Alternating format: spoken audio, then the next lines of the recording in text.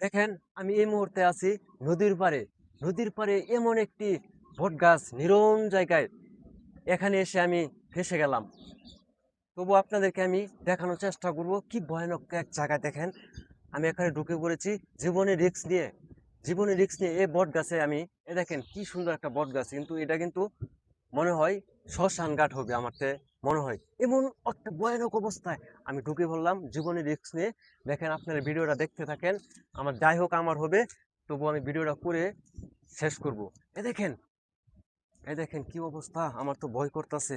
এই দেখেন, এটা কি, এ আল্লাহ কি আজব জিনিস। যাই হোক, এ দেখেন এটা আবার ঘরও আছে এখানে। এটা ঘর আছে, এটা কিসের ঘর জানি না। যাই হোক আমি এখন গাছের উপরে উঠবো। যাই হোক, আউ, ও কি একটা অবস্থা।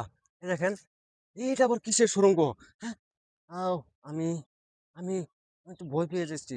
যাই হোক, আমি ভয় পেলে চলবে না, যেহেতু এসে ফেঁসে গেছি। বয়স হবে আনুমানিক 1 থেকে 150 বছর আমার মনে হয়। দেখেন কি একটা আজব, এখানে এসে আমি ফেঁসে গেলাম। সবাই আমার জন্য দোয়া করতে থাকেন, সবাই আমার জন্য দোয়া করতে থাকেন, যাতে এখান থেকে আমি ভালোভাবে ফিরে যেতে পারি।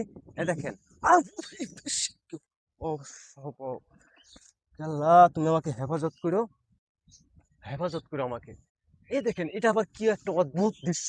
এই দেখেন আপনার, ভিডিওটা দেখাও, ভিডিওটা কি একটা অদ্ভুত দৃশ্য। আল্লাহ তুমি আমাকে হেফাজত করো, আমি মনে হয় আর উঠতে পারবো না। আমি এখন নাইমা যাবো। হ্যাঁ, আমি এখন নাইমা যাবো, আমি এখন নাইমা যাবো, আমি আর